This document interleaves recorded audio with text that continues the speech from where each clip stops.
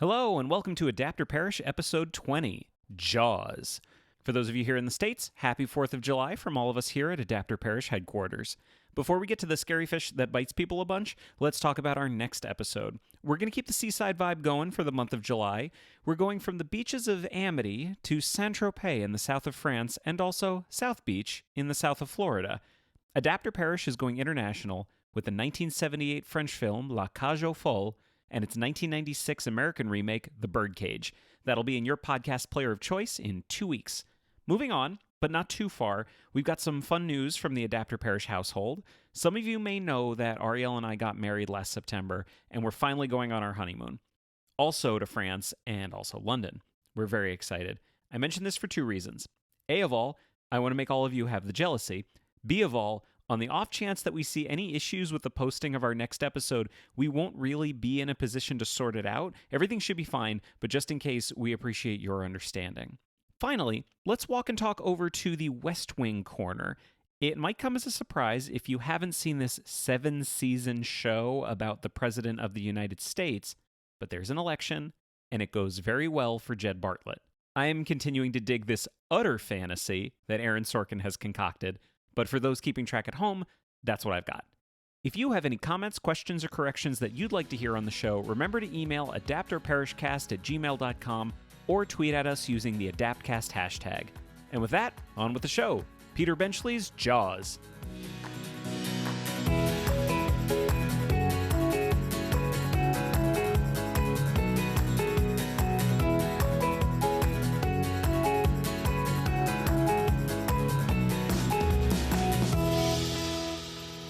Happy 4th of July, and welcome to Adapter Parish, a podcast about adaptation. My name is Jeremy Latour. And I'm Ariel Lipshaw.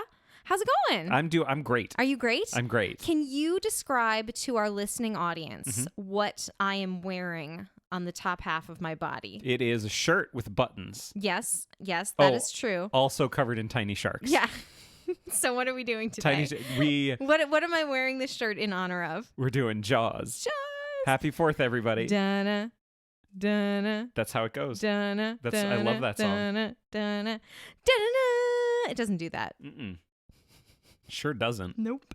So I was excited about this one. Can we give people a little background about how we did this episode? Yeah, please. Yeah. So this was not the episode we were planning on doing. Nope, sure wasn't. Literally 2 weeks ago, we have our schedule, we know what's coming up, and we knew that the next episode was going to be Ian Fleming's Dr. No.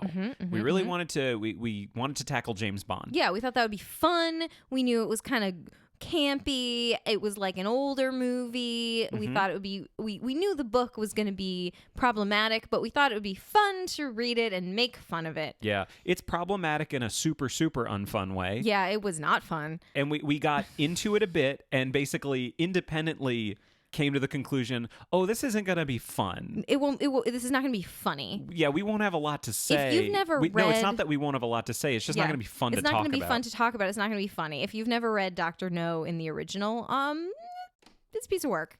We're not going to talk about Dr. No right now. We're not doing that. No. That may be on the docket at some point in the future. No, probably not. But we basically threw it aside. We threw it into a corner. And we tried to come up with what is something else that would be good for this, and I realized, wait a second, this episode's coming out the week of 4th of July. That's right. There's a little movie about a shark, and we should do a podcast about this little movie about a shark. So we're going to do that. It's reasonably popular. Yes. Reasonably so. Well, a movie that I had never seen. And I'd only seen it once. Yeah, you've told the story on the podcast before about your I'm going to tell it right now. Your epiphany. I'm just going to tell it again just to get it out of the way. I have told this story before. So basically, I had never seen this movie because holy shit, fucking scary. Sharks in the water. No. Jeremy has thalassophobia. I also don't like the water. That's what that is. I don't like water where you can't see the bottom. That's what thalassophobia is. I'm explaining to the people in the audience that don't know. Yeah. I would never watch this movie because horrifying. And my best friend basically said, you're going to watch this. I realized this was like 10 years ago now. And we sat down and he made me watch Jaws. And when we got to the end of it, I had a reaction that I've talked about many times, which I've had about other things as well since. But now I can always know that this was the Jaws reaction. And the reaction when the credits rolled is I looked at him and I said, that was really good. And he's like, yeah. And like, no, do people know? Like, are people aware of how good this is? That was a really good movie. We need to like tell people. And he says, yeah, buddy, everybody's sold on Jaws. Where everyone else knows. We're all happy that you finally know. But I hadn't actually seen it since then. Mm-hmm. And ever since then, I was like, no, I like this movie. Yep. I really like this movie. And you'd never seen it. I'd never seen it. And when we watched it. Well, I mean, maybe we should talk about my reactions to it in a little bit when we talk about the movie. In a general sense, though, to set this up, I will say for myself, when we watched it again yesterday, I liked it a lot the first time I watched it. I loved it this time. It's a good movie. I love this movie. So, of course, we have to start not with the movie. No. But with the book. Yes, it's a book. Which I had never read. Yeah.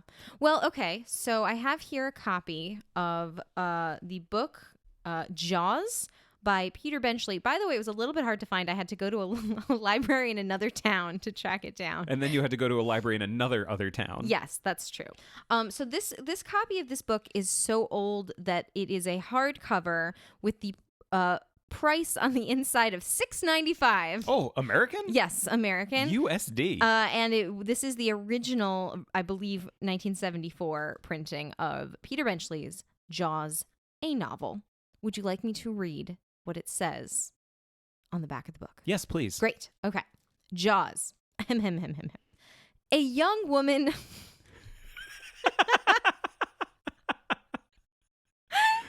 Do you want to try that again? It's so bad. Okay.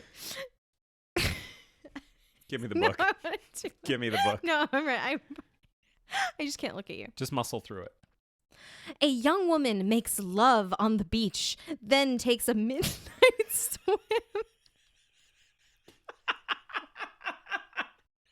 A young woman makes love on the beach, then takes a midnight swim. As she swims, she is violently struck, chopped in two. The next morning, pieces of her body are found at the water's edge. So begins Jaws, the story of a Long Island resort town called Amity that is set upon by a rare and fearsome creature, the great white shark. A superbly exciting novel, Jaws is also a tale of moral dilemma. For the town fathers of Amity decide to cover up the woman's death. News of a killer shark could ruin the summer business. They forbid Police Chief Martin Brody to close the beaches. The shark has gone, they say. But the shark remains and kills again, and the life of the town becomes governed by the remorseless, almost supernatural presence offshore. The end. Holy shit. There's a lot. So some may be listening and wondering, why is she laughing? Surely this was a very good book. It was not. It was not. It was not. I mean, first of all, I love that they have to tell you it's superbly exciting in the blurb because it's not particularly exciting as a book. And I like how you say they. Yeah. I bet Peter Benchley wrote that. No, I don't think so. I don't think authors write their own blurbs. I've come out of this entire experience with a very poor opinion of Peter Benchley. Yeah. The other thing that I said after we finished watching the movie is, the book is an allegory about morality. Mm-hmm. The movie is about a shark. Yes. Shock among shocks. Yeah. It's about a shark. Yes. I feel like our conversation about this is going to be kind of similar to our conversation about Jurassic Park. No, because I didn't hate the book Jurassic Park. Well, no, but I didn't think it was very good. No, this is straight up terrible. Okay, so let's talk about it. Okay, so there's this book. So this book came out in 1974. Uh-huh. The movie came out in like 1975. Yes. So we'll talk about that, I guess, when we get to the movie. But tell me what your reaction to reading this book was. So many. Yeah. I will say this. The book I found to be exceedingly poorly written. Yes. It is his first novel. Mm-hmm. He wrote many more. Yeah. All about creatures in the deep. Right. This is kind of his bag. This is his thing. It's just so my reaction to it is broken down in a couple of different ways. One, just on the surface, it's not written well. The surface. Ha on the surface, it's not written well. Under the surface, there's a shark. Yeah. No, under the surface, it's exceedingly problematic. Yes. Super, super problematic. The characters are all terrible. Oh, every single one of them. They're awful. Literally, my notes as each character appeared each new character, as they were introduced, as I was reading the book, I wrote, I hope he gets eaten by the shark. And I will just say, and I'll say who it is later, there is another person who shared your opinion. Great. Which we'll talk about that person soon. Fantastic. What did you think of it? What was your kind of immediate reaction to it? So I think your feeling about the quality of the writing, I didn't get as much. I feel like we've read books before for the podcast, or of course I've read books like in general, that I actively thought, this is poorly written. And I feel like I didn't get that from this, but I think probably it's not because I thought it was well written, but because I was so distracted by all of the other shit that was going on. I literally took notes on the first 6 pages of this book. So here are the quotes that I wrote down. Page 17, page 18, page 19, page 21, and page 21. He insults every subgroup of humanity possible. Yeah, one of the biggest questions I've had reading this is, who is this book for? Who is the audience of this book? I have no idea. I mean, I think we can whittle it down in a few minutes. Yes. Because I have some evidence. I will just say, I took more notes in this book. There are more readings that I would like to do than any other source material we've read up till now. Yes. So let's start with just kind of an overview of who is in the story and what the plot is. Great. Okay. So let's start with our hero. Our hero. In quotes. Yes. Our hero. In many quotes. Chief Martin Brody. Yes. He is, what is his job? He is the police chief of the town of Amity. And where is Amity? Amity is where the entire story takes place. Where is it? In the book, it is on Long Island. Right. It is a summer town on Long Island. Mm-hmm. Now, Brody is married. He is. We also know his wife, Ellen. Yes. And Brody is from the town. He is a local boy. He's from the town. He grew up there and became the chief of police, never left. And where's Ellen from? She is from New York City. She is summer people. And yes. she stayed and married him. She did. And now she's kind of not either. She kind of lost her class status with the summer people, but she never quite fit in with the townsfolk. Mm-hmm. There is a major class divide going on in this book. There's a lot of classism in this. It is an important point in the story. Mm-hmm. Now, shark. There's a shark. There's a shark. That is also a character, the shark. Does not have a name. No, he's the just shark. The fish. Yes. Constantly referred to as the fish. I have a question for you. I would love to answer whatever question this is going to be. I'm confused about something. Okay. Is a shark a fish? Okay. Yes, a shark is a fish. Okay. Is it really a fish? Yes, it is. So I clearly missed out on this point in my education because I did not know a shark was a fish. I'm just going to cut in too. This is not the first time that I've been asked this question by you. You asked me this question before when you were 1 page into the book. From the other room, I just hear you call out, "Hey, is a shark a fish?" I thought a shark was its own thing, like a whale. Or a dolphin. So you keep comparing whales and dolphins, but it doesn't really work the same way. Why? Well, because whales and dolphins are aquatic mammals. Right. And then there's also fish. What about a squid? Is a squid a fish? No, that's different. So I thought a shark was different. I mean, I guess I don't know how to say it other than a shark is a fish. Like, you look at it and you're like, okay, the but shape fish of don't it. have teeth. Yeah, they do. Not big, sharp ones. What about piranha? Is that a fish? Yeah. Okay. Do you know what we need? We need an ichthyologist. Someone like Matt Hooper. Oh, God. Okay. Oh, that's a good lead-in. Who's Matt Hooper? Matt Hooper is the ichthyologist from the Oceanographic Institute, whatever. At Woods Hole. Whatever it is. Woods Hole? Yeah. Is that right? Sure. Great. He's the one who's called in because there has been a shark attack. There's been several shark attacks. And they need to call him in because they need an expert. And so Brody and Hooper are palling it around a lot. I say palling, they fucking hate each other. Well, coincidentally, Hooper's brother used to date Ellen. Yes. His older brother. Oh, there is a connection. Hooper and Ellen make a connection. An instant connection. Do this for me. Yeah. And I'm asking you to do this for the people who I'm assuming there's a good group of people who have seen this movie, maybe more than once, but have never read the book. Right. I would like for you to describe physically Matt Hooper. Dreamy. Yeah. Dreamy AF. He is, I believe, described as an inch over 6 feet tall. He's tall. He's blonde. About 170 pounds. So perfect body. Yep. Handsome as the day is long.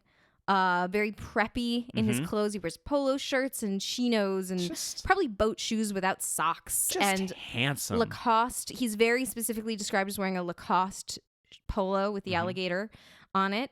And for those people that I described who've seen the movie many times and have never read the book, yes, we are describing Matt Hooper. Yes, and he's about 25. Yep, I'm going to get into why that's important in a little bit. Yes. So that's Matt Hooper. Yeah. So there are some other people in the town. I would say this. There's probably only 2 or 3 of them that are important to the story. I'm going to give a couple of examples. Yeah. Well, first of all, the town has a mayor. Yes. Larry Vaughn. Yeah. Describe what is Larry Vaughn's kind of role in the story? He wants to keep the beaches open. That's why he wants to do what's right for the town. Yes, and what is right for the town is apparently to let people get eaten by sharks. Because Brody wants to close the beaches. Correct. And Vaughn says, no, we have to keep them open. Okay, keep them open because of reasons. Yep. Which we'll get into later. He's real shifty, and we don't know why, and it's weird, and we'll talk about it in a minute. There's also Meadows, who's a reporter who lives in the town. Yes, he is the reporter for the town newspaper that comes out twice a week. He and Brody are real good friends. So good pals. They need to have sort of a professional relationship because of of course the police blotter is a very important part of the newspaper. Right. Yes, and he likes to report on all the activities of the police, any parking tickets that they've issued, things like that. Light vandalism, all sorts of things like that. Yep. Rape. Oh God. Am I starting too early with the bullshit? Yeah. We haven't gotten to the bullshit yet. Okay. Hold off on that.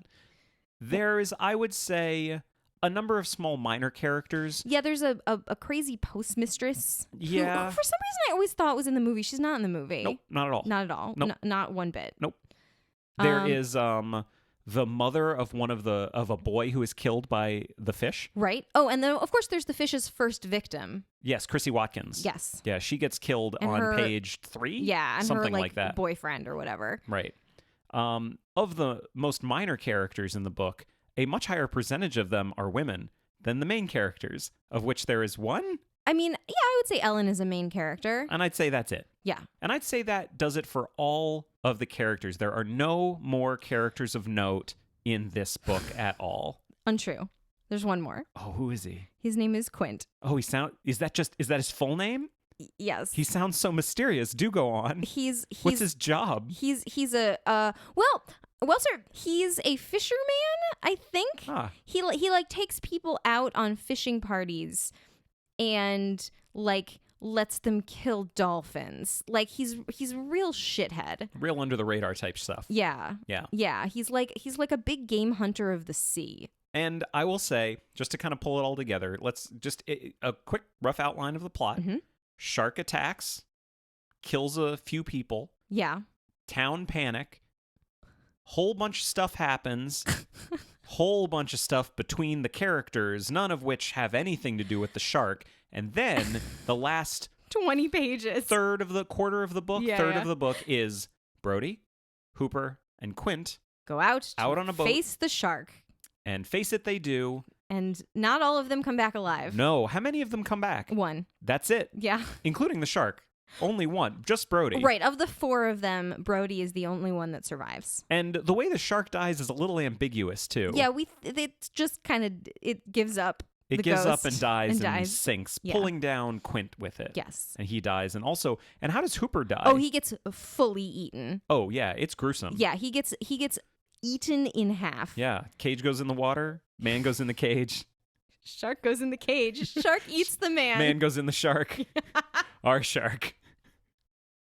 Hooper gets super eaten. Super eaten. So eaten. Mm-hmm. It's disgusting. Yeah, it's real gross. And a baby porpoise gets eaten. There's a whole bunch of messed up stuff. Yeah. So that's kind of the rough outline of everything. Yeah. Now, I kind of want to... We talked about splitting this up into a few different sections. Yeah. Mm-hmm. I kind of want to just get this out of the way. Okay. I'm going to go out on a limb.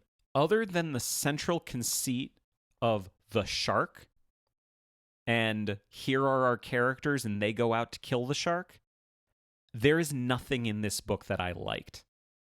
other than that. You basically liked the stuff that was in the movie. Yes. And hated everything else. Yes. I could be with you on that. I feel bad not saying anything good about it, but I also don't really feel like I have anything good to say about it. I mean, the idea of a monstrous shark. Peter Benchley wanted to write a book about a moral dilemma. Mm-hmm. And the moral dilemma happened to be a shark. And it turned out that the interesting thing about the book was not the moral dilemma. It turns out it's the shark. Mm-hmm. He spends far less time than you would imagine describing the actions of the shark and a whole lot of time describing the actions of people that have absolutely, literally zero to do with the shark. Yep. I wanted to play a game the entire time I was reading called What the Fuck Does This Have to Do with the Shark? And the answer, nothing. Nothing. Most of it, nothing. Well, no, the answer, nothing. You were arguing with me about this before, but the answer, nothing, unless we view the shark as kind of an allegory for the punishment of human beings and their folly. I agree that Peter Benchley was trying to do something metaphorical or Yes. allegorical with this book. Yes. I agree. I think I disagree as to what he was doing. Okay, that's fair. But I would love to hear you expand for a moment or two on what your interpretation is of what you think he was trying to do. I mean, Because okay. neither of us knows. Okay. Well, let me just state there are two female characters in this book, not counting the postmistress, who's really not in it. She's not actually even in it. I think they What about Janet Sumner or Daisy Wicker? They don't count. Daisy Wicker's going to come back up again. Oh my God. So there's Chrissy Watkins, Yep. who is the first victim of the shark, and there's Ellen Brody, who's Martin's wife. Who is a victim of her marriage to Martin. Right. Both of those characters exhibit sexual agency. Yeah. Chrissy says, let's go make love on the beach and then go for a swim. And she gets eaten by a shark for so doing. Yep. Her sex partner does not get eaten by a shark. He is unpunished for his role in sex on the beach. B, I just want sidebar. There's a part in the book where Martin Brody is investigating what happened to Chrissy. At this point, she's just missing. They don't know what happened. And he's like talking to the boyfriend. And then he's like, there's no suspects, so I'm not sure what this is about. And it's like, but wait, it's like the boyfriend isn't a suspect. He talked to him for 2 seconds, and his alibi was, I was asleep on the beach when my girlfriend disappeared. And Martin Brody goes, oh, okay, well, that's fine with me. Martin Brody's a shit in the book. He is a shit. Yeah. But hang on, because I want to... So you feel that the shark exists to punish the people in the town for their transgressions? My feeling, as I read the book, is that the shark represents the patriarchy. Full stop. Okay. I disagree. And I disagree for these reasons. Go ahead. I do not think Peter Benchley has any interest in criticizing the patriarchy. Oh, no. I'm not saying Peter Benchley did that on purpose. Well, we're talking about what is allegorically in the book. I'm just saying that's my interpretation. That's fine. Yeah. I got no quarrel with that. Oh, good. But I will say, I do think he was going for something. Yes. And what I think he was going for was this. Okay. The shark represents everything that we think we are not. The shark is selfish, constantly eating, destroying everything in its path, remorseless, and wholly inhuman. It's the id. Yeah. It is everything that people are not. We are better than that. Yes. And yet, throughout all of the actions of all of the human characters in the book, Peter Benchley shows us, the reader, no, we are no better than that shark. The shark both represents and reveals our darkest natures. Yes. There's the tagline. Now, I believe that's what he was going for. Yes. I think he failed. Yes, he did fail. I think it's very bad. And as we said before, like, none of that stuff is in the movie. No. But I'd rather have a story about a shark told well than a story about a shark that's about a metaphorical shark that's told poorly. I'd rather have a story about a shark, period. Yes. I don't want a metaphorical shark. That's dumb. Oh, no, I like this. I like a story about a shark. Yeah, that's good. that's but fine. that's what I think he's going for, and I think he missed. Yes. I think it's bad. Mm-hmm. Can we talk about some of the bullshit that happens in this book? Yes. So we have split this up into 3 different sections. Oh, boy. Welcome to our first section. Section number 1. Just why? That is the title of this section. So I have a number of different things to talk about in here. Okay. What do you have? Do you have anything in particular, or do you want to just kind of... Can you elaborate a little bit on what falls in the category of just why? Just why to me means, Peter, just why did you think this was relevant? Okay. Why did you think this was something that needed to be in this book? Okay. That's kind of my definition. Does that make sense? It does. I feel like I have to dramatize it in order to make it make sense. So, to start. Yes. Benchley includes details that I find very interesting. So one of the characters we didn't talk about, because he's very minor, is Patrolman Len Hendricks. Oh, yes. Oh, gosh. He is the source of some of my quotes that I wrote down. This is how he is introduced. I'm going to read this. Patrolman Len Hendricks sat at his desk in the Amity police station reading a detective novel called Deadly, I'm Yours. At the moment the phone rang, the heroine, a girl named Whistling Dixie, was about to be raped by a motorcycle club. Oh, my God. Hendricks let the phone ring until Miss Dixie castrated the first of her attackers with a linoleum knife she had secreted in her hair. That's how we meet this character. Well, I can tell you why that's in this book. Why? Because Peter Benchley is setting himself up as an important author. He's saying, you think this is going to be a trashy book about a shark, but I'm making fun of that kind of book. Yes. Sure. But I still ask my question. I mean, I'm not saying it was the right... What the fuck does it have to do with the shark? I'm not saying it was the right thing to do. I am saying that's why it's in there. Yeah. That's my interpretation. So that's how we meet him. And then he goes on here. Oh, boy. Hendricks, this is him kind of giving us a little internal thought for Hendricks. Mm-hmm. For Hendricks, police work offered security, regular hours, and the chance for some fun, not just thumping unruly kids or collaring drunks, but solving burglaries or trying to catch the occasional rapist. The summer before, a black gardener had raped 7 rich white women. Oh, my God. Not one of whom would appear in court to testify against him. What? Good. So that's disgusting. Mm-hmm. But I do want to point out, so I wrote that down. That line is on page 18. On page 17, the same Len Hendricks refers to a group of gentlemen as a bunch of F-word gay slur. So that was pleasant to read in the first chapter of the book. Mm-hmm. And on page 19, one page later, he refers to the people that make trouble in the town as predators from Queens, which is like a dog whistle for either Italian or black. I couldn't figure out which he was trying to say. Yeah. But maybe both. Mm-hmm. Yeah, so that's Len Hendricks. He's the fucking worst. He's not in the movie, though. He just sucks. Yeah. He exists for no reason other than to just be terrible. I wrote, in between my notes for page 18 and page 19, I wrote, I hope Len Hendricks gets eaten. How many people did you write that down for? Just 2, then I got tired. Okay. Moving on. This is something that I'm so happy we know, based on kind of the relationship between Brody and Meadows. And Meadows being the journalist. Exactly. And the way that he writes about, the way he writes the police blotter and things like that. And I apologize for this in advance. The previous summer's rapes had been reported in The Leader, the local paper, but just barely, as molestations, because Brody and Meadows agreed that the specter of a black rapist stalking every female in Amity wouldn't do much for the tourist trade. Oh my God. So, like, Brody is complicit in being a shit. Well, yes, correct. But I don't get the feeling that Benchley is judging him. No, presented without comment. This is presented without comment, and there's other stuff as Brody is being introduced that makes him a disgusting lech. Do you want me to go into that? Absolutely. Page 21. Mm-hmm. He's talking about Brody regarding his sleeping wife.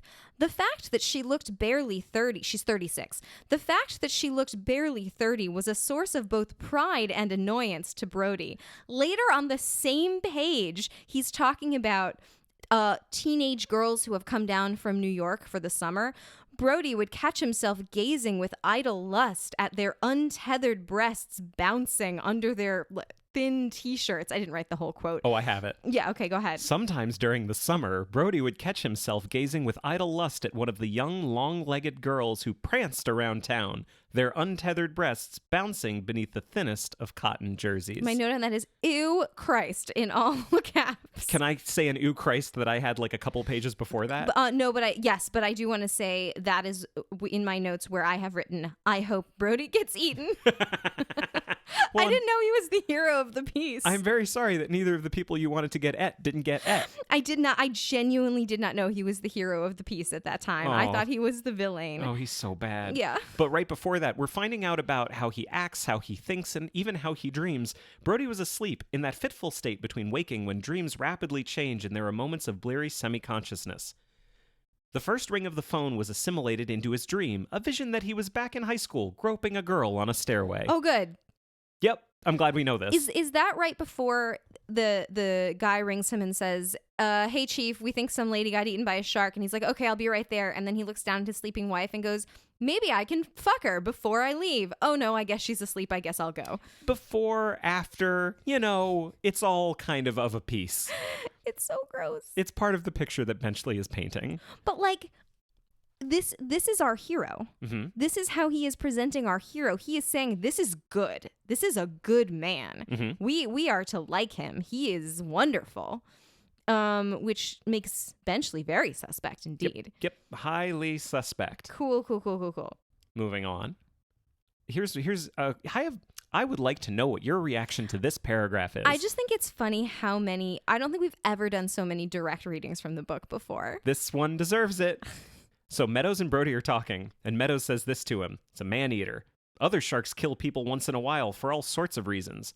Hunger maybe, or confusion, or because they smell blood in the water.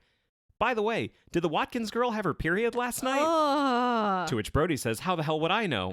Meadows says, just curious. Hooper said that that's one way to guarantee yourself an attack if there's a shark around. Cool.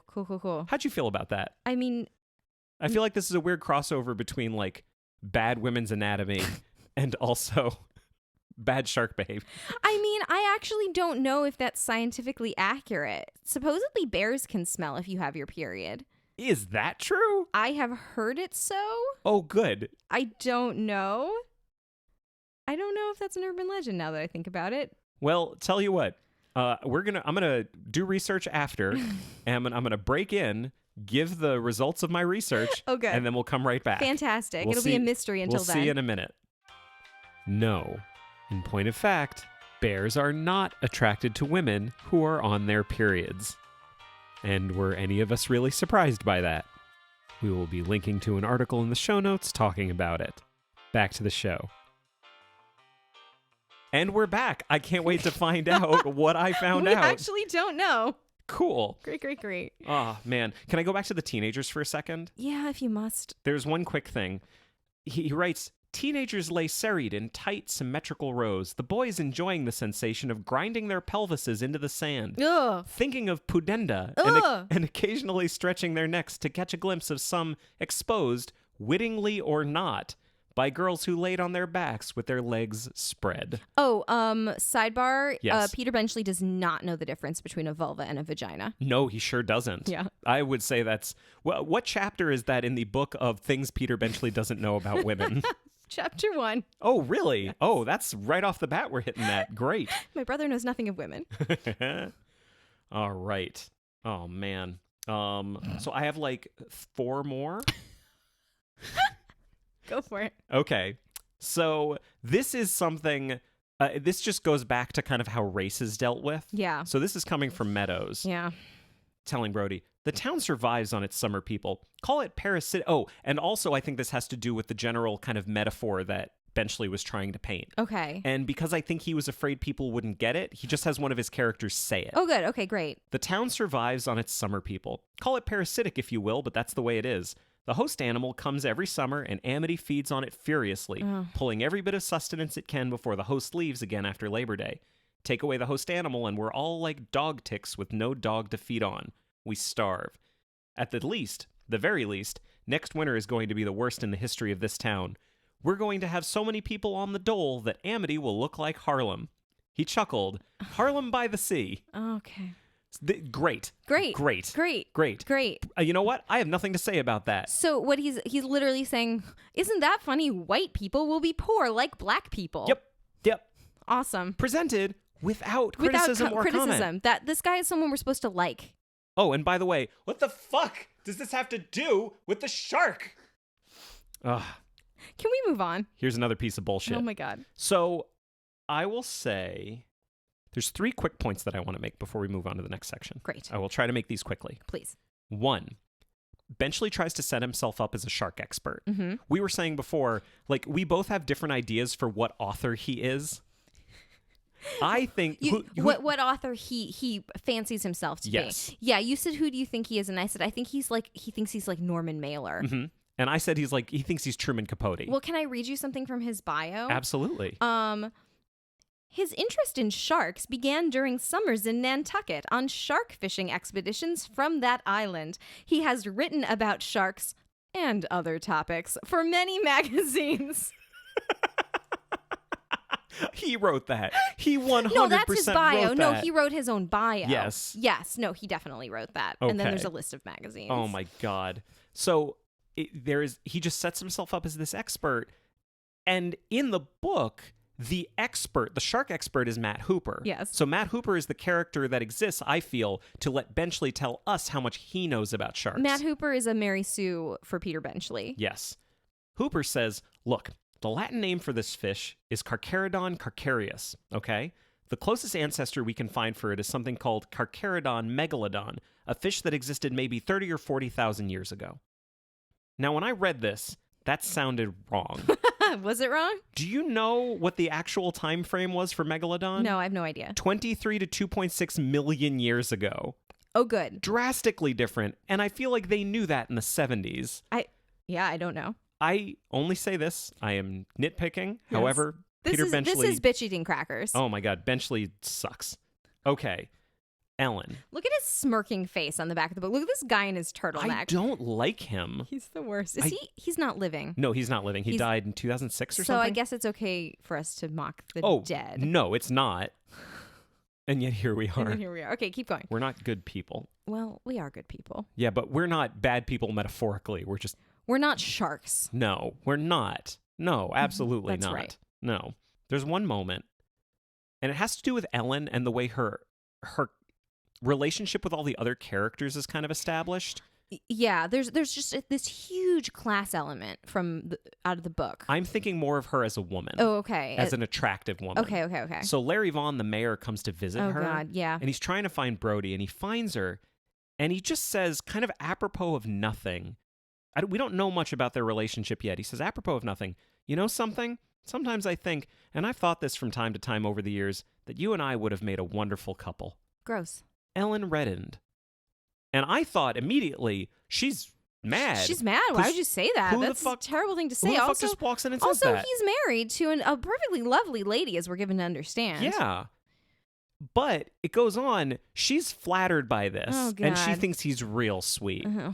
Again, what does Peter Benchley know about women?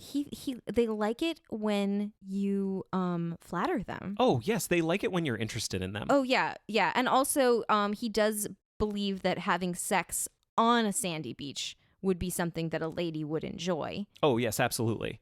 As if sand would not get into every crevice of your body. Well, we already know he doesn't understand the nature of the crevice you're talking about. I'm gonna put a explicit tag on the beginning of this episode. Hashtag explicit. I just think it's funny that this and The Godfather are two most explicit episodes. Well, it's the nature of these disgusting books from the 70s. Yeah. Like, what was going on in the 70s? It's like the Wild West. It's hog wild. Yeah, it's ridiculous. Moving on. Yes. And this is my last little point. Kind of, I take this to be Benchley talking right here. Mm-hmm. So let's just say it. Do you mind if I spoil this aspect of it? No. Hooper sleeps with Ellen. Oh, yeah, they bone. They bone hard, and we're going to talk about that at length. At length. We'll get to the movie. Get Gross. Get it? Brody never finds out specifically that it happened. He's just weirdly suspicious. He has his suspicions for, like, ever since it happens, basically. He has now basically found out. In his mind, he now knows. Brody felt shaken. He was tempted to cancel the trip out to kill the shark. The shark trip. To return to Amity and discover the truth about Hooper and Ellen. But suppose the worst was true. What could he do then? Here are some options. Confront Ellen? Beat her? Walk out on her? What good would that do? He had to have time to think. I just like that Peter Benchley... Those are his options? Those are his options. And Peter Benchley presents that middle one in exactly the same way as the first and the third one. How about talk about it rationally like adults? Is that in there? Is that one option? Confront and walk out on her. Neither of those are talk about it rationally like adults. Confront? No. Confront? No. No. It maybe. No. But the second one? No. No. Very bad. So before we move on to the worst thing of this book, there's a question that we kind of asked. Who is this book for? Yes. Who do you think this book is for? Okay, well, I think it might be beneficial to start with who it's not for. Yes, I agree with that completely. Okay. So starting at the beginning, it's not for gay people. No, it is not. Because we there's an F word in there that's not good. Very bad. Yeah, it says a bunch of them were in town. Bunch of them. They staged a dance out by the club, a nude dance. A nude dance? A nude dance. Great. That sounds fun. It's not for women. No, it's not. The women do not come off well in this book, and they are treated as objects very much, quite a bit. It is not for people that know anything about sharks, as we now know. No, it is not. Because there's not good stuff. It's not for people from New York, because those people do not come off well. Absolutely not. Nor is it for rich people. Nope. Because they don't come off well. Nor is it really for poor people. They don't come off well. No. It's for middle-class people. Middle-class people so we know that feel already superior to both the rich and the poor. It's not for women, so it's for men. Men. It's not for gay people, so it's for straight people. Straight men. It's not for rich or poor people, so it's for middle-class. Straight middle-class men. Okay. Let me, can I throw out a couple more examples? Yeah. We know that it's for white men. Right. We didn't even talk about how it's not for black people. Yeah. Straight middle-class white men. Okay. Here's an example. Brody knew that one bad summer would nearly double the relief rolls. If every house was not rented, there wouldn't be enough work for Amity's blacks, most of whom were gardeners, butlers, bartenders, and maids. Great. That's what black people do. Yeah. And there's another character who only shows up on one page. But this part's bad. Well, it's so quick. He's basically just referred to as a black man. Yeah. Brody's never referred to as a white man. Yeah. But if they're black, they have to be referred to that way. Right. So it's for white, straight, middle class men. Yeah. Okay. Can I give one more example for how it's for straight people? Yeah. So, oh God, is this about Daisy Wicker? It's about Daisy Wicker. So there's this girl who she's in the town. No, she works there, right? She's like working in a shop. Yeah. For the summer. And she comes to their dinner party as a date for Hooper. Ellen invites her as Hooper's date, even though Ellen wants to date Hooper. Yes. So that's the only thing we know about her, really. Yeah. Basically, Brody later is talking to Janet Sumner, another woman who is not given much to do. Yes. About Daisy Wicker. He asks about her, and Janet just goes, "You don't know about Daisy Wicker?" He says, "I guess I don't." Again, Janet lowered her voice. "She's queer. She's got a lady roommate and everything. She's not even AC/DC. She's just plain old DC." I don't know what that means. I don't want to find out. And I'm going to give one more example of who this... I don't know what that means. I want to give one more example. Oh, and then later in the book... I mean, I understand from context what I think it means. Yeah. Is that a thing that people say? Maybe in the 70s? Okay. Yeah. But later, when Brody's confronting Hooper, he says, like, "Where were you?" Because he knows that Hooper was having sex his wife. in a motel. With his wife. And Hooper says, "I was in a motel." And he says, "With who?" And he goes, "Daisy Wicker." To which Brody says, "Liar." Brody tightened his grip again. He's got him in his hands, and he felt tears begin to squeeze from his eyes. "What do you mean?" said Hooper, struggling to free himself. "Daisy Wicker's a goddamn lesbian. What were you doing? Knitting? Oh, it's also not for people who like knitting."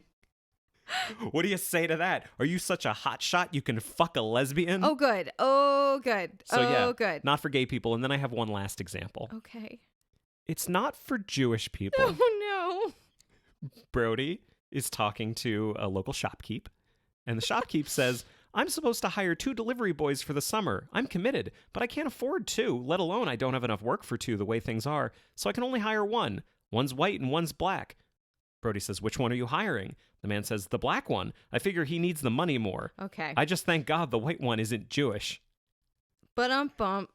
Holy shit. Ba-dum-bum. So, straight, white, middle class, Christian man. That is who this book is for. And hey, I'm just looking at the picture of the author. I believe Peter Benchley wrote this book for himself, not thinking about anybody else. Oh, God. So, that is who this book is for. Can we stop talking about this book? Nope. Oh, God. We have one more thing to do. Okay. We have to talk about sexy sex. Love making. And all the sexy sex that people are sexing to each Now, other. if you've seen this movie, you're saying to yourself, this is going to be a very short segment because there's no sex in Jaws. I mean, unless you're talking about the way Brody like totally fucks that shark with the oxygen tank at the end. No. And I would say to you, no, not metaphorically. We're talking about actual intercourse between consenting adults. A consenting man and a consenting woman. We don't see any other kind of sex in this book. That's true. I shouldn't have been so general. Yeah. I should have been more specific. You should have been more specific. Oh my God. So I feel like sex is kind of presented in a couple of different ways. Yeah. It's presented kind of passively through the book. Mm-hmm. We hear about Brody's erections more than once. Oh, we do indeed. Yeah. We do. And we hear about them flagging. Yes. Yeah. We hear his poor erection, like, and someone like says something to him that's unpleasant, and it's like, Brody lay on his back, staring at the ceiling and feeling his erection dwindle. Gross. But the pressure inside him was still there, a dull ache in his groin. This is a direct quote. What Brody's dick do? Oh my God. A dull ache in his groin. Just the way he sexualizes Ellen. Brody was looking at her. Her nightgown was cut so deeply in front that both her breasts were visible, all but the nipples, and was so diaphanous that Brody was sure he could actually see the dark flesh of the nipples. Wait, whoa. If your breasts are visible, all but the nipples, he means her cleavage, not her breasts. Mm-hmm. But that's not what he says. He says her entire breast was visible except the nipples. Can just picture what that would look like. It would mean she was wearing like a cutout nightgown with like tassels. Pasties. Yeah. On the nips. Peter Benchley writes about sex like he's 12 years old. And then actual sex happens. Oh, God. Sex happens between Ellen and Hooper. Do you want to set up their liaison or? Yes, I do. So Hooper comes to town. And Ellen, he is the younger brother of someone Ellen used to date, 10 years younger. So when she knew him before, he was like a child, and now he's a man. So I feel like what we're given to understand or meant to understand is that like she's kind of getting this sort of depressing sense of time passing when, someone that you knew when they were a child and you were an adult is now an adult. And you're like, oh my God, where did the time go? Like I've kind of felt that way before, right? And she sees him as kind of her one option to have some kind of a fling or an adventure. She really kind of sets her sights on him. I have a question about that. Yes. Just one question. Yes. What the fuck does that have to do with the shark? It has nothing whatsoever to do with the shark. Okay. I mean, unless what you mean when you say shark is, as we said before, sort of our lowest and deepest primal desires. Because in that case, it has a lot to do with the shark. But let's say nothing. But if you are asking what does it have to do with a real, actual, physical shark, nothing whatsoever. Oh, good. Because she's kind of caught between two worlds, right? Like she can't really be close to the townspeople because like you're not a townsperson unless you were born and raised there, and she lives there year round. But she also can't really be part of the New York people anymore because she's not one of them because she married a townsperson. So she's very lonely. She's sort of caught in this class divide. And this guy comes to town and she's like, this is my chance. This is my one shot. And I think that's kind of it. Like there's nothing about like she found him so very irresistibly attractive. It's just like, oh, I want to do this to see what it would be like, and here's a guy I can do it with. Would you say by any chance that she, as the female part, is underwritten? Yes, she is underwritten. Gotcha. She is severely she has no impetus. There's no character-driven reason for her to do this. We actually don't know. Well, we do know that Brody's awful. Well, he's awful. He is and he embarrassed her at a dinner party. He did. By being crude and working class. Maybe that's all Benchley thinks she needs. I think he thinks she needs some high-class dick. Oh. To feel better about her life. Well, luckily she doesn't get it. She decides against that. So she lies to her husband. She arranges this lunch date with Hooper in a town 20 miles away. They have the most disgusting amount of alcohol I've ever heard described for a lunch. She has... Can I talk about how she prepared for the lunch? Yeah. Okay. Getting ready for the lunch. She felt more intensely feminine than she had in years. A warm, wet feeling, both delicious and uncomfortable. Ew. She went in the bathroom and took a shower. She shaved her legs and under her arms. She wished she had bought one of those feminine hygiene deodorants she had seen advertised. Ew. But lacking that, she powdered herself and daubed cologne behind her ears, inside her elbows, behind her knees. That's a lot. On her nipples. Ew. And on her genitals. Oh, God. Now she's all ready for a big Don't date. put cologne. I'm going to do the thing where you shout away from the mic for a second. Hang on one moment. Yep. Don't put cologne on your genitals. Okay, I'm fine. I'm good now. We have neighbors. I bet they heard that. And also just this. This is when she's on her way. Ellen wanted an injection, a transfusion of the essence of her past. Ew. And she saw Matt Hooper as the only possible donor. Which is A, gross, and B, what I said before. Uh-huh. She wanted a hot meat injection. So they go and they have lunch. They have the most disgusting boozy lunch. Mm-hmm. She has 3 gin and tonics and a bottle of wine. And I'm not judging, but if you have 3 gin and tonics and a bottle of wine, you are no longer able to consent. No, absolutely not. 100%. And it's just gross. It's just gross. Yep. Well, let's not stop there. Oh, God. Please open your books to page 166. Oh, my God.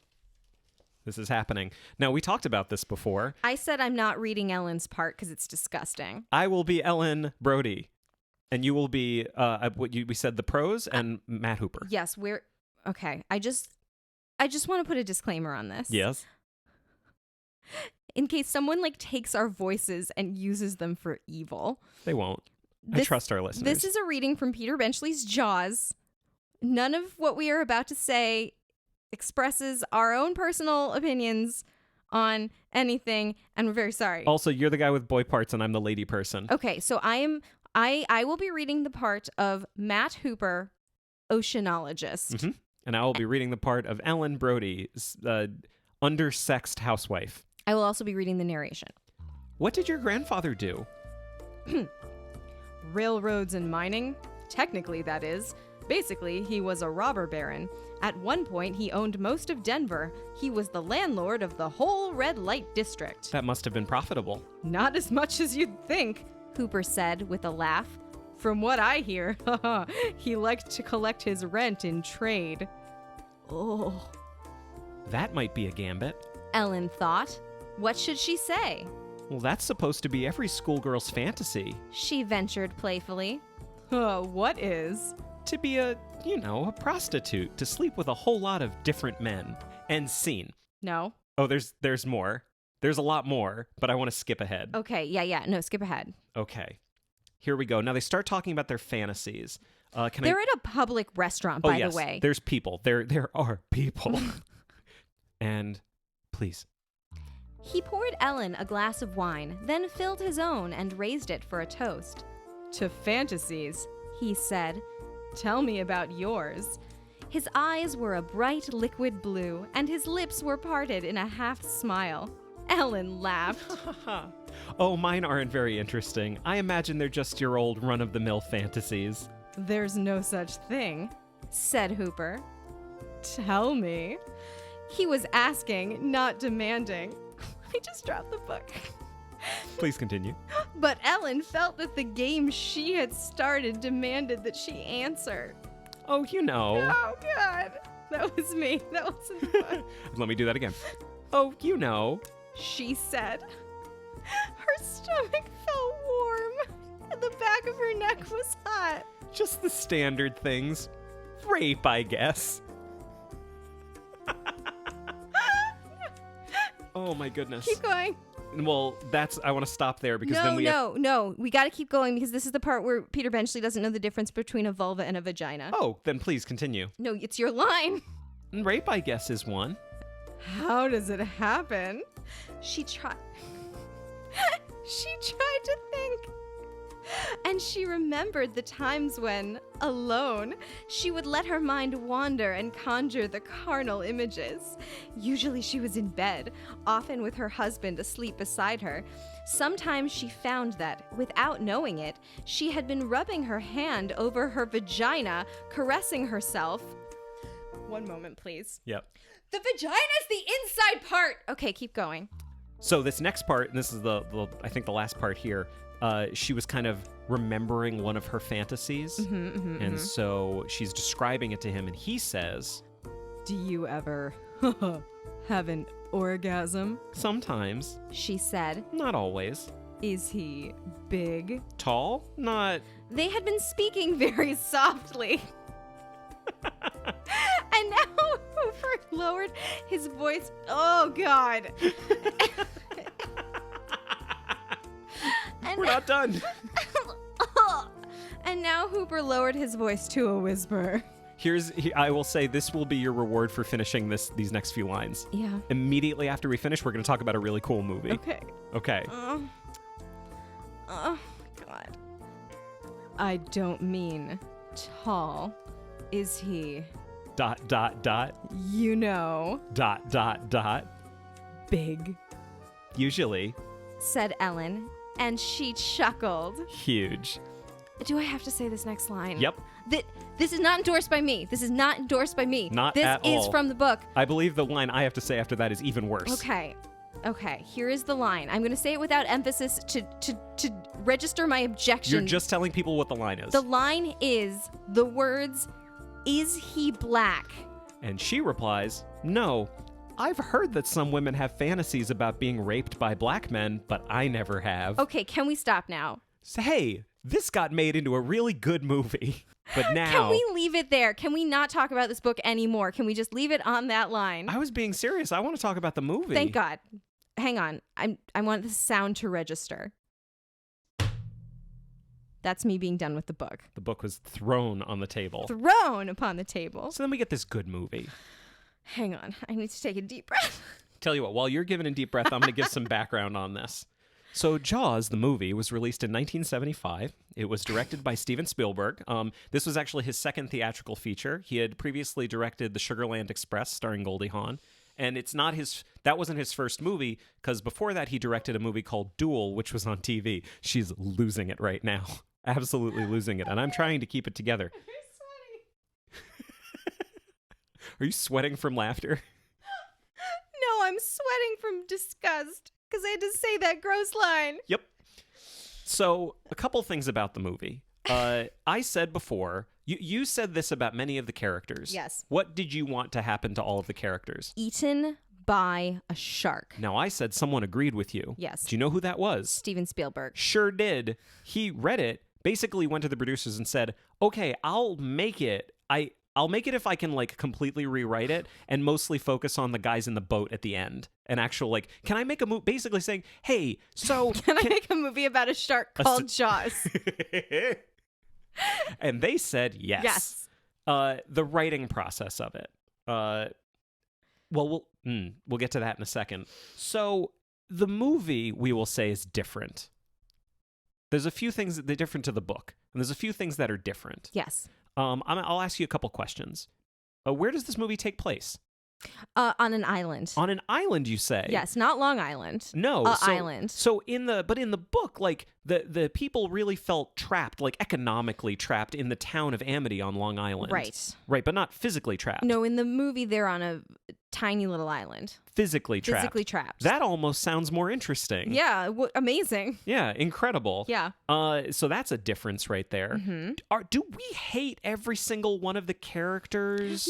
No, No? we don't. We Really? don't. You know why? Because Why? Brody isn't introduced by lusting after teenage girls. But he does lust after teenage girls in the No, movie. not at all. Not once? Not one time. Oh, There he- really aren't even that many teenage girls in the movie. Oh, well, I guess that's fine. That's not really what I'm looking for. And of course, like the famous scene where Richard Dreyfuss seduces his wife. Wait a second. Wait. There's a lot we have to unpack right there. So Richard Dreyfuss, when you say seduces his wife, you mean a new character, like a new, short, scrappy, bearded character. With glasses and wild hair. Yeah, you're talking about like a little nerd that's been introduced in this movie that is not from the book. Yeah, so when he appeared on screen, so just to take it back a second, I knew that Richard Dreyfuss was in this movie, but I was not familiar with what character he played. So when he came on screen and I realized he was Hooper, here's my note. At least now we know Hooper won't be fucking his wife. I love that. This is what I kind of think. I think Steven Spielberg looked at it and said, who can I be? Yeah. Who's going to play me? Yes. And he took this Who's my guy? He took this like strapping, preppy Aryan douche and turned him into A little Jewish bearded dude with glasses. And he is Spielberg. Yes, he looks just like him. He really does. Yeah. Richard Dreyfuss is a delight. He's so cute. Now, before we start talking about like the cast and all of the people in the movie, Right. we got a question from a listener recently. So Will wrote in and he said he had listened to our Murder on the Orient Express episode. And he basically said, you always go through when you have multiple versions of a character and say which one's your favorite. But do you ever consider the book version being your favorite version of the character? That's a good point. I thought it was a really, really good point. Yeah. And I talked to you, and I basically think we never really talked about it together, but I think we kind of always implicitly meant our favorite version meant our favorite interpretation of the character. Yeah, with the assumption that the original is always the best, which is certainly not always true. No, not always. Yeah. But like I would say the one big exception we did was The Hitchhiker's Guide to the Galaxy. Right. But that's the exception because of how the waters are very muddy in terms of what's the original version. That's right. The That's book right. was not the first version. Yeah. But you know what? I think for this one, we should consider the book versions of the characters when talking about the characters in the movie. Totally. So I will just ask you this. Were there any versions of the characters in the book that you preferred to the movie? No. Moving on. So the cast of this is fantastic. You've got Roy Scheider as Brody. Grizzled, tan. And obviously like grew up in the town of Amity. No, he's from New York City. This is his first summer as sheriff on the police force. Huh. So what you're saying is he's kind of like off his game a little bit? Like he's a little imbalanced and kind of new to this? Yes, and also, you have Ellen, of course, of the summer people. She's super hot sex pot, right? No, she's a lady. She's a lovely middle-aged mom. Just his wife? She's just his wife. But they have a bad marriage. No, they love each other. Really? Yeah, and their little kids are so cute. The little boy. How much did you love the scene when their little kid was Oh imitating my him at the dining room God, table? It was so cute. So can I tell you how that happened? Yeah. Basically, Roy Scheider was between takes, and Steven Spielberg had the camera in the kitchen shooting other stuff. Yeah. And he was just sitting in the dining room with that young actor, and the kid was just impersonating him. So there's a great scene in the movie where the kid is just doing and it's a little kid, like a 5-year-old. Oh, yeah. And he's just doing everything his dad does and putting his hands up to his face in the same way. And it's like the sweetest scene in the movie. And then he gives him a kiss. And they were like doing it for real. And Roy Scheider goes and finds Steven Spielberg and says, hey, get the camera. You got to come in here and do this. And he like showed it to him. And Spielberg was like, yes, we're getting this. Yeah. We're getting this. Apparently, a lot of the movie was improvised. Yeah.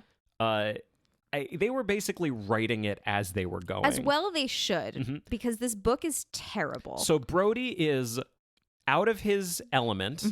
We immediately identify with him a little bit more. And what it serves to do to make it his first summer on the island is to remove the class element entirely. Yes. That's just not in the movie. It really it's isn't.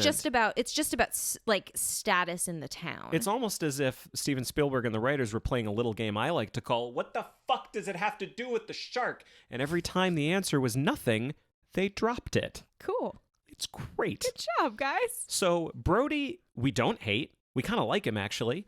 Ellen's nice and supportive, and they have a very real relationship. It's not like they have a perfect relationship, but they both feel like real people. Yes. And they feel real. Yeah. Hooper is cool. We like Hooper. Hooper's fun and manic. Does not fuck Ellen. No. Not even once. Like, says hi to her one time. And he meets her once when he's going to their house for dinner, and he is not interested in talking to her. He wants to talk to Brody. He's like, oh, hi, yeah, nice to meet you. Here's some wine. Oh, it's so great. I don't want to ruin all these moments because it's so good. Yeah. It's such a fun movie. Can I ask you a question? Yes, please. Why do I have in my notes, just in quotations, bad fish? What happens? I think someone says bad fish about the shark. Yeah. I think it's just because the shark was a bad fish. I don't remember. Okay, go ahead. So, in terms of the townspeople, now, I would like to... We've done... The female part was a little underwritten. Yes.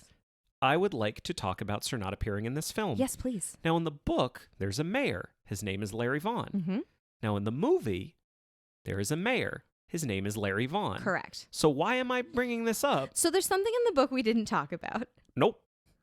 I know I promised we were done with the book, Oh, but we do have to God. talk about this. Can I just say it in one sentence and then you can talk about it more at length? Yes. Larry Vaughn, the book character, is in thrall to the mafia. Yep, the mafia's in the book. There's mafia. There's a lot of sexy sex and a torrid affair, and also the mob. Can I ask you a question? Yeah. Is this actually The Godfather? I mean, we can assume it's related. Yeah. I mean, it's all on Long Island. Yeah. Yeah. I mean, we're gonna have to assume that they're related. We really have to. So in the book, my nomination for Sir not appearing in this film is The mob. mafia. The mob. Cool, All of the mob. Sounds good. There's one scene in the book that is just horrifying to me, where basically I don't want to talk about it. the Brodies have a cat. A mob dude comes up to their house and fucking kills their cat in front of their kids. And he gets home and Ellen's freaking out. The cat's in the garbage can. He basically picks up the dead cat, drives to Larry Vaughn's house, Hits him with it. in the chest, throws the cat at him, and goes, "This is what your shit is getting us up." I'm imagining This Harrison is what Ford. your shit is getting us up. Yes, those This are the is- words he says. This is what your shit is with the finger out. This is what your shit is getting us up to here. And they just fucking murder the cat. Yes, It's the cat's dead. awful. Yeah. Thankfully, not in the movie at No. all. No animals die in the movie except for one dog off screen. There's definitely a real sweet dog that definitely bites it. Yeah. Well, we still don't know. We don't know that the dog didn't run off. It's implied the dog got et. It 100% got it. You Also don't- a child. Yeah, but you see that. Yeah. You see that. There's lots of blood. You absolutely see that. So it's actually really interesting because on that note, Mhm. in the book, nobody has really seen the shark. We suspect that there's a shark because people keep turning up dead. Well, you're talking about from the perspective of the characters in the book. That's correct. Because we as readers know that it's a shark. like we see the shark. But, We like, quote unquote see the shark on page If 1 you live in the town, you sort of have plausible deniability that there's a shark at all. So when the for a period of time. for a period of time. So when the people in the town are saying, "No, Officer Brody, you mustn't close the beaches. That's the source of our livelihood is tourism." They can kind of be forgiven for having kind of plausible deniability that no, there's no shark. This is totally made up. These are just accidents. In the movie, the tension is ratcheted up by the fact that the little boy who in the book gets killed by the shark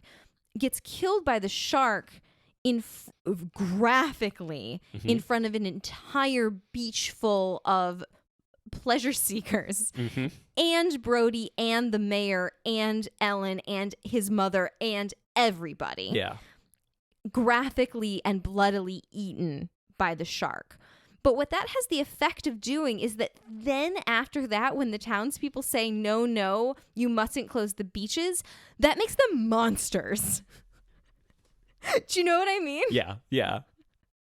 That's all I have to say. Yep. The townspeople are the worst. I think this movie's so good. I feel like much has been said by many people who aren't us about how good this movie is. Yes. It's a very good movie. But it's just amazing how Spielberg has such a sense of tension. Mm-hmm. He knows exactly what to do. And he's like 26. Yeah. A lot of my notes basically are about this choice increased the tension. This choice increased the stakes. Mm-hmm. There mostly things we've already talked about, but like he knows what to do as a filmmaker to make it more important that they have to go out and get this shark. Yeah. And I'll say like one kind of last piece about that. Yeah. In the book, when they, quote, go out to get the shark, when Brody and Hooper and Quint, who we'll talk about in a second in the movie, when they go out to get the shark, it's just a series of day trips. Yeah, like they go out and they come back and they go out and they come back. So like every evening they sort of have a choice as to whether or not they go out again. But in the movie, They're out there forever. they're on the boat. Yeah. And that's it. And they are coming back with that shark. Or dead. Or dead. Can you so I really want to kind of wrap up our discussion of the movie with a longer discussion of what happens on the boat, because I think we should do that. But can you talk about your experience watching me watch this movie for the first time? Well, this goes back to what I was saying about Spielberg kind of understanding how tension works. Yeah. This movie came out, as of now, of this recording, this movie came out 43 years ago. Yes. It seems to be just as effective now as it was then, evidenced by the fact that you screamed many times. And almost threw the popcorn over the back of the couch. It was so much fun to watch this with you, because I've only seen it once, but I remembered where like 90% of the jumps come from. Yeah. There was like a couple that I'd forgotten about, but at least I kind of knew they were maybe coming. Yeah. But there's the scene when they find Ben Gardner's boat, who's one of the fishermen in the town. Yeah. And this happens in the book too. Well, in the book, Ben's just gone. He's just gone. In the movie, Hooper gets in the water and he goes underneath the boat and there's a hole in the boat and he shines his flashlight in and suddenly dead Ben Gardner face with an eyeball coming out of it. Aw. You screamed so hard. It was fantastic. That was when we almost lost the popcorn. And then there is, it's like my favorite jump scare in any movie I've ever seen. It's the... Slow ahead. I can go slow ahead. Come on down and chum some of this shit. There's a shark. There's a shark. Suddenly shark. It's so great. And then there's the line immediately after, which I'm going to quote accurately now. Yes. Go ahead. You're going to need a bigger boat. I would love for you to talk about this a little bit, because you had a reaction to this that I love. Yeah, well, wait, the part where the shark appears or the line? Let's talk about both. Okay, so he's down there. So we're sitting on the couch. Brody is chumming. We watched this on Cinco de Mayo, so we were sitting there with a margarita and some popcorn, watching this delightful movie on a Saturday afternoon, and he's chumming, jovially shouting to his fellows, and this just giant shark appears out of the water, and I screamed, "Oh fuck, there's a shark!" And that was my experience watching the movie. It was great. And then a second later, Brody has his line, "You're going to need a bigger boat." He has his line, "You're going to need a bigger boat." To Quint. Which is, of course, a line that I have heard misquoted many times. And then, like, 2 minutes later in the movie, he says, Quint doesn't really pay him any mind. And then he says, wait, you're going to go get a bigger boat, right? Like, this is a thing I didn't understand from the way the line is in the culture. He's serious. He is literally saying, we have to go get a bigger boat. Yeah. The shark is very big. Everyone always says the line as, "We're going to need a bigger boat." Am I right, guys? But in the movie, he's saying, no, we need a bigger boat. You're going to need a bigger boat, right? I just saw the shark. It is very big. It's very big. It's very big. Very, very big. Them on the boat is some of my favorite stuff. We haven't talked about Peter Quint. No, but we have to talk about him now. Can I talk about... So again, this is my first time seeing this movie. Yes. And I knew there was a character called Peter Quint who... His name is Peter, right? It's just Quint. Is it just Quint? I keep thinking of Peter Quince, who is a character from A Midsummer Night's Dream. There's also Peter Quill in Guardians of the Galaxy. That's not who I'm thinking of. So we'll just say Quint. I think Peter Quint is wrong. It's just so Quint. there's the scene where we meet him where he scrapes his nails on the chalkboard in the town meeting.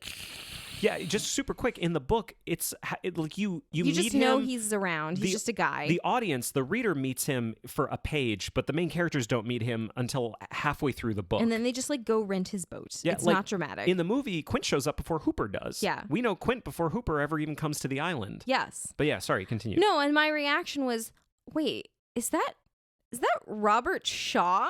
Is that a British actor of Henry VIII in A Man for All Seasons fame, Robert Shaw? And you said, yes. Yeah, but because I mean, you forget Robert Shaw was also in like James Bond. I don't know. He was a villain in one of the Well, we would know if we had done any research on James Bond. He's in the one that Robert Shaw's in. Cool, good job. Yeah, he's great.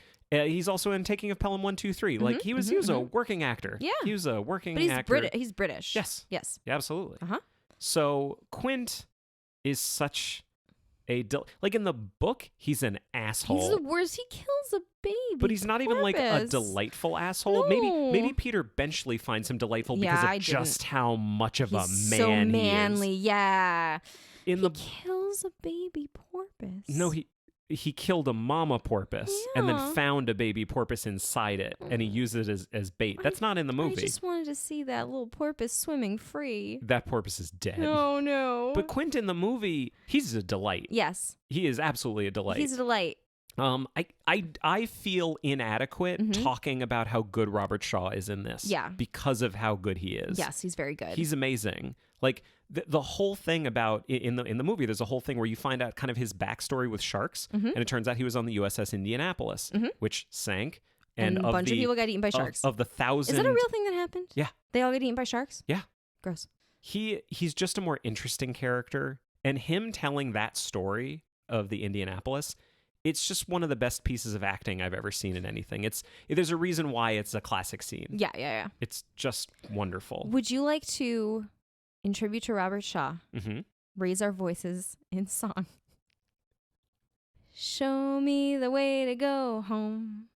I'm tired and I want to go to bed. I had a little drink about an hour ago and it's gone right to my head. Wherever I may roam, by land or sea or foam, you'll always hear me singing this song. Show me the way to go home. And then the shark attacks, and we all die in the boat. The end. This movie is a delight. Yes. It's a delight, and I can only talk about it in terms of how it just gets something right that the book gets so wrong. Yes. Which is, this is a story about a shark. This is a movie that is brave enough to ask the question, what the fuck does it have to do with the shark? It has everything. Everything has to do with the shark. In terms of the writing of it, like I found out that Peter Benchley wrote like 3 drafts of the screenplay, and kind of their deal is he said, I want to write the screenplay.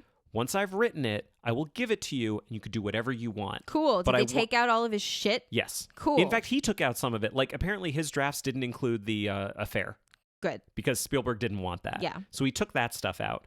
Then there were a number of, like, uncredited rewrites. So there was a playwright that wrote on it. Do you know who John Milius is? No. John Milius wrote Apocalypse Now. He wrote the first 2 Dirty Harry movies. He wrote and directed Conan the Barbarian.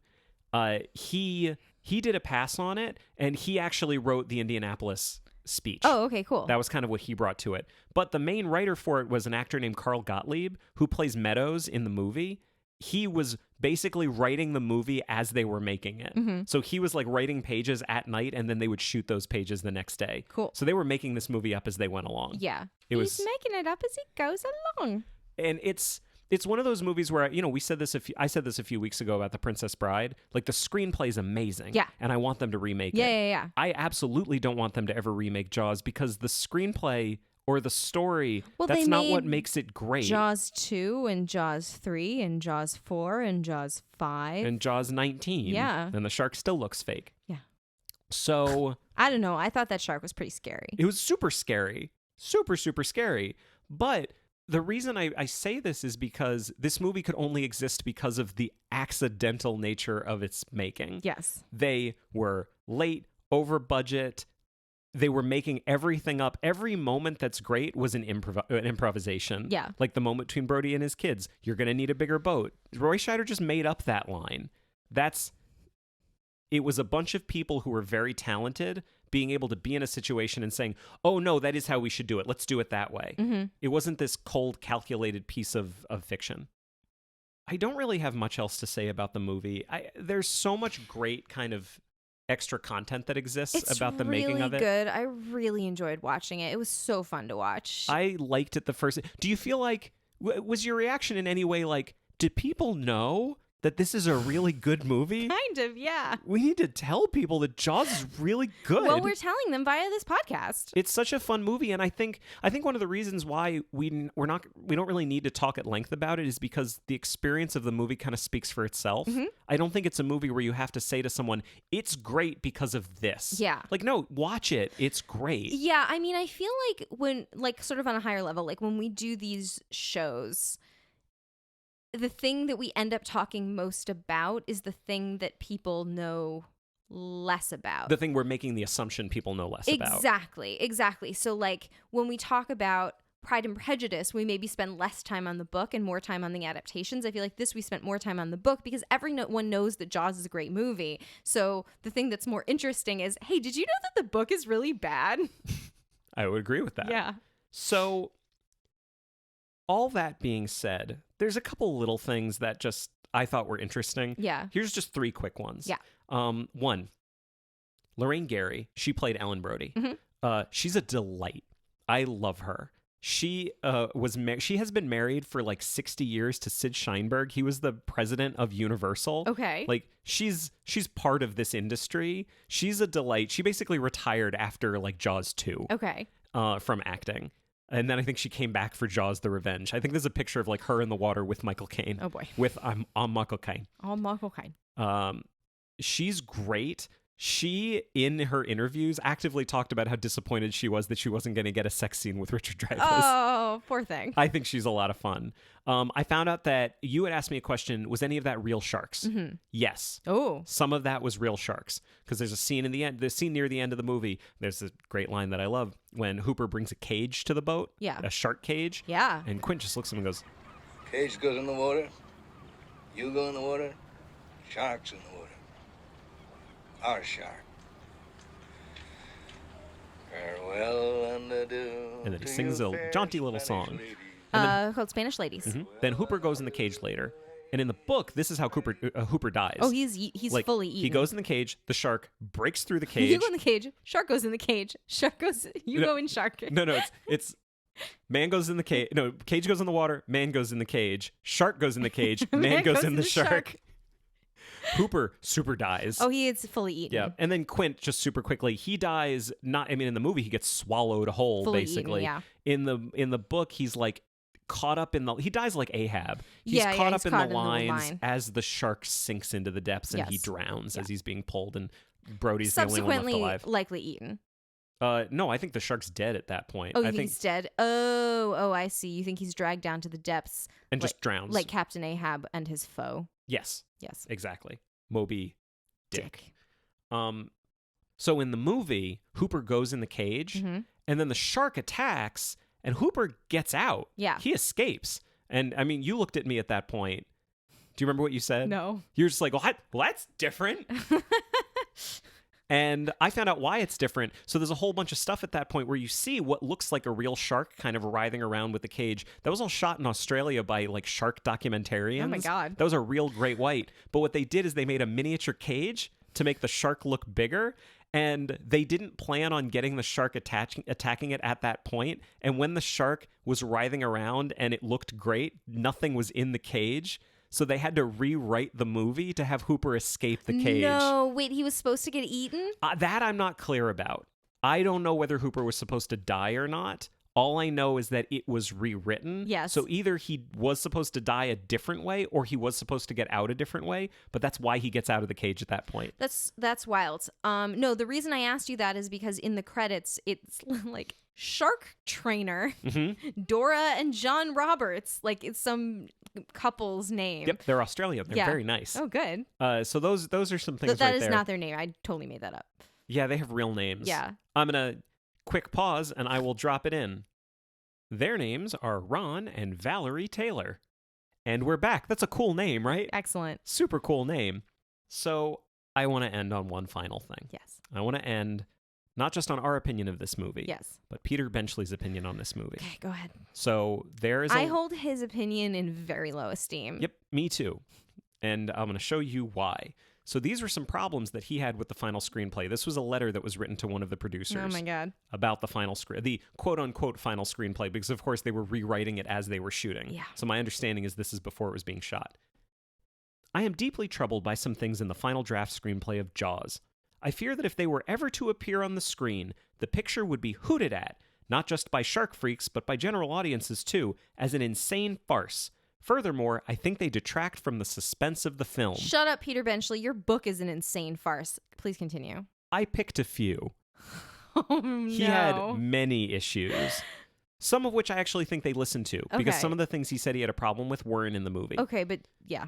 First of all, the quote-unquote aspect of this being a rogue shark. If you present this shark as a maniac, you destroy one of the central horrors of the story, namely that a shark doesn't have to be deranged to eat people. Eating people is normal, instinctual behavior for great white sharks. There is a profound terror in the normalcy of killing. His book presents it as a maniac. His book literally says this is a rogue shark. This never happens. Right? He's. I don't understand where he's coming from with something like that. He goes on. Apparently, he didn't like the fact that Hooper tags the shark with a tracking device, which he does in the movie. To have Hooper claim to have tagged the shark reduces its menace and mystery. It makes the shark approachable and familiar. No, it doesn't. I think one of the scariest moments in the movie is when the barrel pops up out of the it's water. like flashing. Oh my God. Like, he has no idea what he's talking about. And I am very glad that Spielberg has a better understanding of what creates tension in a movie than he does. Yes. Let's talk about Hooper. Oh, God. He doesn't like Hooper. Oh, no. Hooper is, a quote, insufferable, pedantic little schmuck. Not only pedantic, but ignorantly so, since many of the things he says about sharks are either misleading or flatly wrong. I just want to refer back to my previous statement about his version of Hooper getting things wrong. He sounds like a textbook full of errors. Also, if Hooper is a diver, he's unlikely to be bearded. Beards get in the way. Bearded divers exist, of course, but why even raise the question in the audience's mind? No.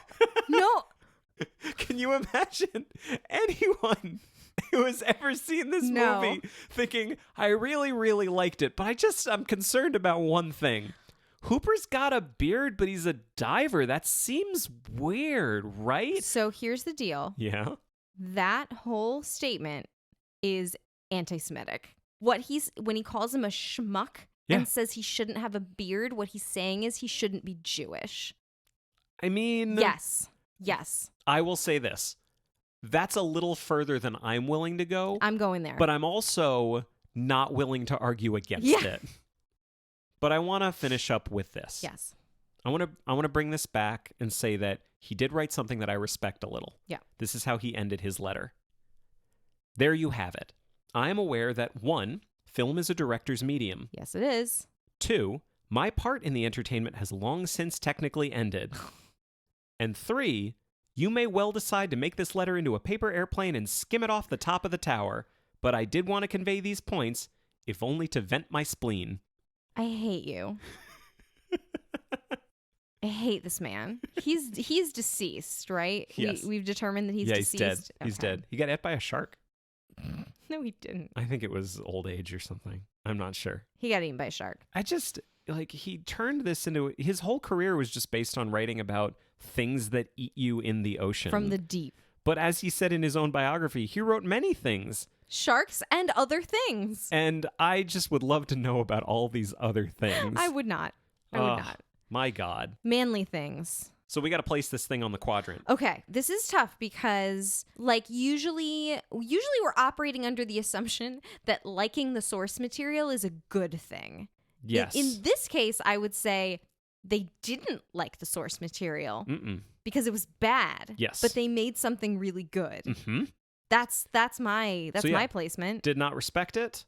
So we're saying on the left, but made something great. Yes. Upper left. But didn't deserve respect, so asterisk. Mm-hmm. But I will always say this, I would rather have something that was good, where the people who made it didn't respect the source material, than something bad where I could tell they respected it so much. That's right. I would rather have that. I'd always rather have something good. Well, also, the source material didn't deserve anyone's respect. No, not at all. So, can we blame them? No. Yeah. Yeah. Well. So that does it. Yeah, absolutely. Happy 4th, everybody. Well, you yell shark. We got a panic on our hands on the 4th of July. Yeah, we don't want to panic. No. We don't want that.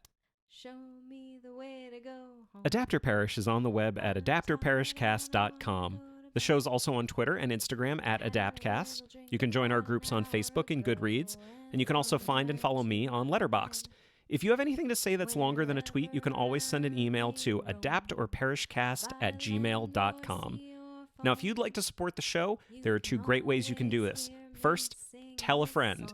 If you know someone who is as Peter Benchley describes, a shark freak, then maybe they should listen to this show. Second, a rating and review on your podcast platform of choice would be greatly appreciated. That's it for us, folks. Bye. Have a happy 4th. Don't get eaten by a shark. No, don't do that. Don't go in the water. Show me the way to go home. I'm tired and I want to go to bed. I had a little drink about an hour ago and it's gone right through my head. Wherever I may roam, on land or sea or foam, you can always hear me singing this song. Show me the way to go home.